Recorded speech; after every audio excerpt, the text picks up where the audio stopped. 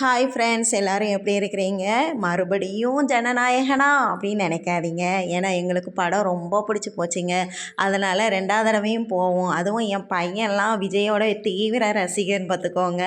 அதனுக்காகவே நாங்கள் கூட்டிகிட்டு போகணுமேன்னு சொல்லிட்டு நாங்கள் போயிருந்தோம். ஆனால் அன்னைக்கு சாட்டர்டே வந்து எங்களுக்கு வந்து செம்மையான நிறைய வேலை இருந்துச்சு. இருந்தாலும் பசங்களுடைய சந்தோஷம் முக்கியமே அப்படிங்கிறதுக்காக இந்த படத்துக்கு கூட்டிகிட்டு போனோம். அதுக்கப்புறம் ஒரு ஃபங்க்ஷன் இருந்துச்சு, சடங்கு ஃபங்க்ஷன் தான்.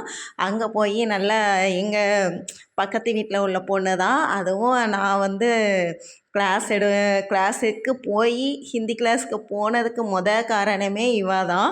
அதனால் நாங்கள் வந்து செம்ம ஃப்ரெண்ட்ஷிப்பாக இருந்தோம்.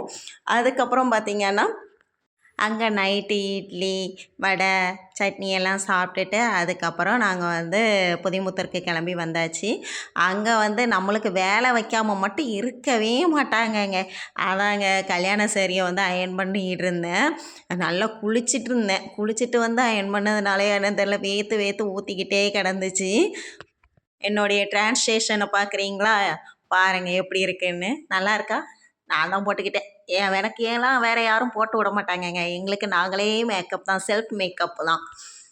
அப்புறம் தம்பி ஒய்ஃபையும் ரெடி ஆகிட்டு அவளும் ரெடி ஆனதுக்கப்புறம் எல்லோரும் சேர்ந்து மண்டபத்துக்கு கிளம்பிக்கிட்டு இருந்தோம். இனிய லாஸ்ட்டில் நின்று ஹாய் ஃப்ரெண்ட்ஸ், எல்லோரும் எப்படி இருக்கிறீங்க? எங்கள் அக்கா பார்த்தீங்களா, பூ வைக்கிறேன்னு சொல்லிட்டு பில்டப் கொடுத்துக்கிட்டு இருக்கா.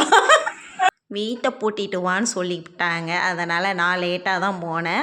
அதுக்கு முன்னாடி அங்கே போய் அரேஞ்ச் பண்ணிக்கிட்டு இருந்தாங்க. அதுக்கு முன்னாடி வீட்டில் வந்து விளக்கு ஏற்றிட்டு போகணும் அப்படின்னு சொன்னாங்களா. அதனால் விளக்கு ஏற்றிட்டு அவங்க 2த்தையும் ஒரு தடவை ஃபோட்டோ எடுத்துடணும், வீடியோ எடுத்துடணும்னு சொல்லிட்டு எடுத்துக்கிட்டு இருந்தேன்.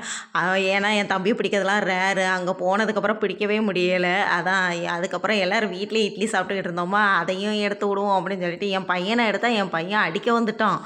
அதுக்கப்புறம் வெளியே போவோன்னு பார்த்தா உள்ளே வரான்னு பார்க்கலீங்களா. அடுத்த வீடியோவில் பார்க்கலாம். பாய் ஃப்ரெண்ட்ஸ், ஹாப்பியாக இருங்க.